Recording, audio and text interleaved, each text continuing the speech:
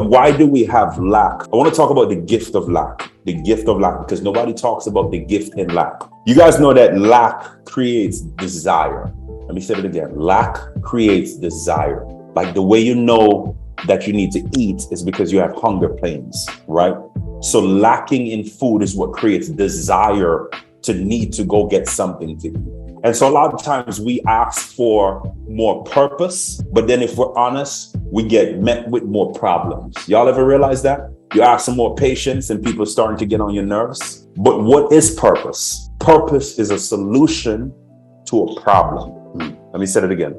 Purpose is a solution to a problem. You can't think about any wealthy person that doesn't solve a significant problem. Or you can't talk about any successful business that doesn't bring value to a market, right? So no problems, no purpose. So here's the truth. More problems just means more. But the problem that exists between us being able to take hold of problems and turn those problems into purpose is usually because we don't have the right perspective. So when I started this whole thing and say that you are what you're looking for, is what I'm trying to help you guys to understand that sometimes when we have desire in our life and we wait for that desire to be met so that we can ultimately go forward into our destiny, we're not realizing that what I lack, I have the ability to become. When my father died 10 years ago, it ripped a hole in my family's life. My father was the superhero of our deal, man. He was the man that all held us together. I always ask myself the question, I don't know what's harder, not having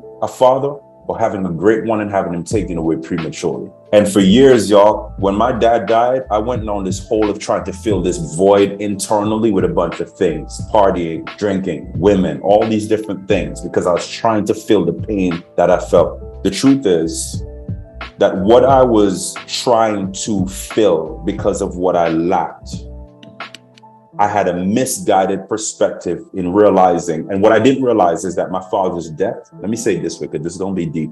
My father had to die for so many other people to live. If it wasn't for my father's death, I would not be on this call with y'all right now. My degree is in aeronautical engineering, fixing planes. I ain't never touched a plane engine one day in my life, but that's what I graduated with. But at my graduation, my father died, and to me was one of the greatest gifts of our life.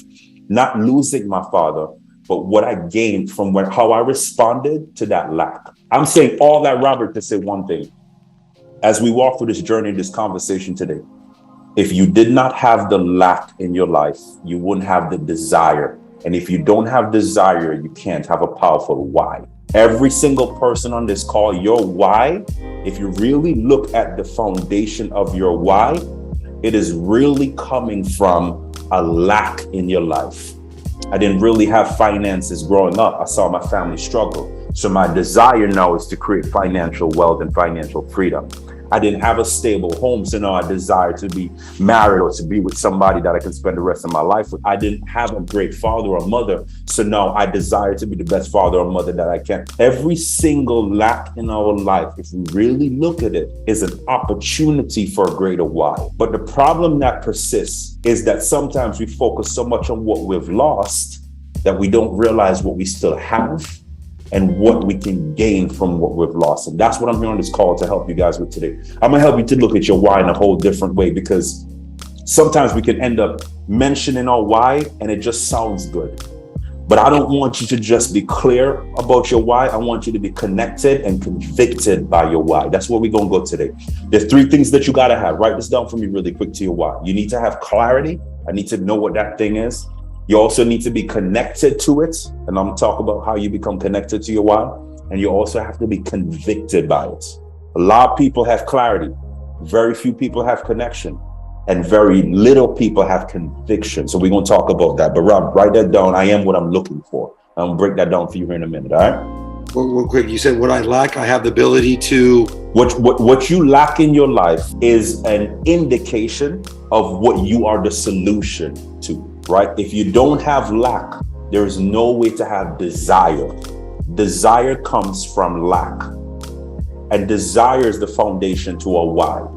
It's the only thing that allowed me to have the opportunity to impact thousands of people all over this world is because of the lack of losing my father. It created the desire in me to help people to not to go through their life repeating cycles, or to not go through life with purpose and fire and passion and zeal. And that lack is what actually gave me a why. But you have to know how to respond to the lack, or you'll view the lack as something that should break you versus something that you should use for a breakthrough. Well, I might stand up here in a minute.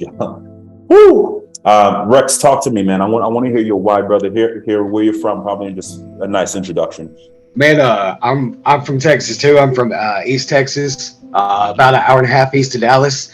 Man, my why really is, kind of going off what you said. I grew up in a single parent household, man, and we struggled, and that's kind of where my mindset is I want to have that financial independence to be able to do something with myself and to be able to take care of my mom the way that she took care of me. So good. So good.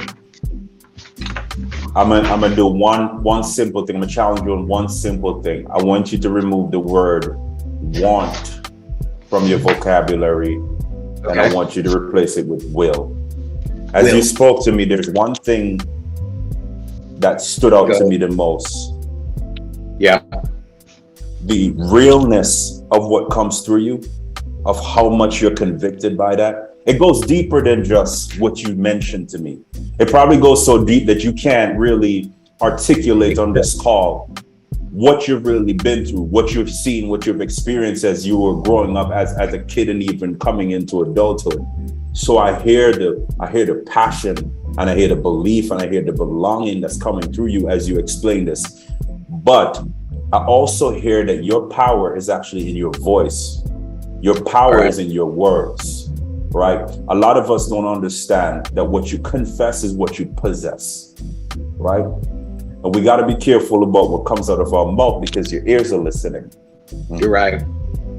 And so it ain't a matter of I want, now it's I will. And when you start to will, you know what you're really doing? You're creating intention, and you're creating a succinct definition of what you will achieve. There is no more accepting anything else but that. And that's what I want you to do. It's very simple, but it's going to be significant for you because your gift is in your voice. I'm going to go even deeper. That's why you got to be careful about what you say to yourself. I feel